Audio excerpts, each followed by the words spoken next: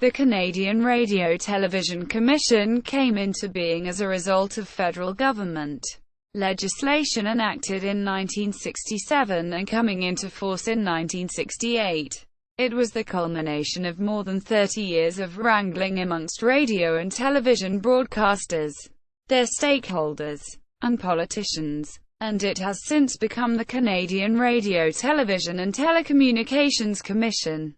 Many committees and commissions had been struck by Canada's Parliament since 1928 to address the issues of radio, and eventually television, broadcasting. During the period 1936 to 1958, the Canadian Broadcasting Corporation was both the national broadcaster and regulator of other broadcasting undertakings.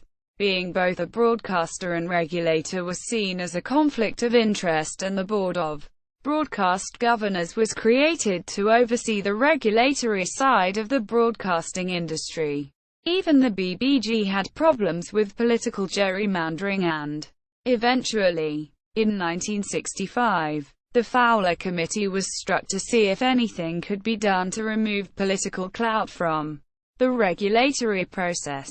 Fowler noted in his report that the Broadcasting Act of 1958 gave only 5 words of instruction to the CBC as to its mission. The CBC was charged with operating a national broadcasting service, and Fowler continues, "This is all the guidance given to those charged with the responsibility for administering the public broadcasting agency. If this interpretation has failed to conform to the wishes of Parliament, it is clear where the responsibility rests." Quote, the final document prior to the creation of the CRTC was the white paper produced by the Standing Committee on Broadcasting, Films, and Assistance to the Arts and released in March 1967. The paper made several points. First, there were problems with the regulatory structure. The powers of the BBG were ill-defined and the role of the CBC was unclear. Second, the committee rejected the Fowler proposal that the CBC and the BBG be reconstituted as one board.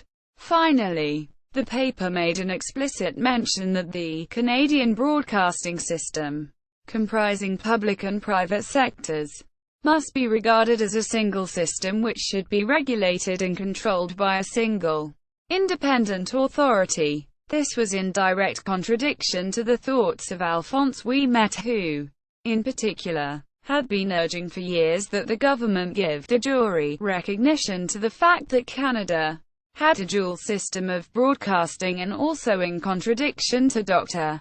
Stewart, who felt that the regulator was to be formally acknowledged as the regulator of the private sector only. This contradiction of thoughts was a repetition of the contradictions incurred in the development of broadcasting policy over the 40 years from 1928 to 1968.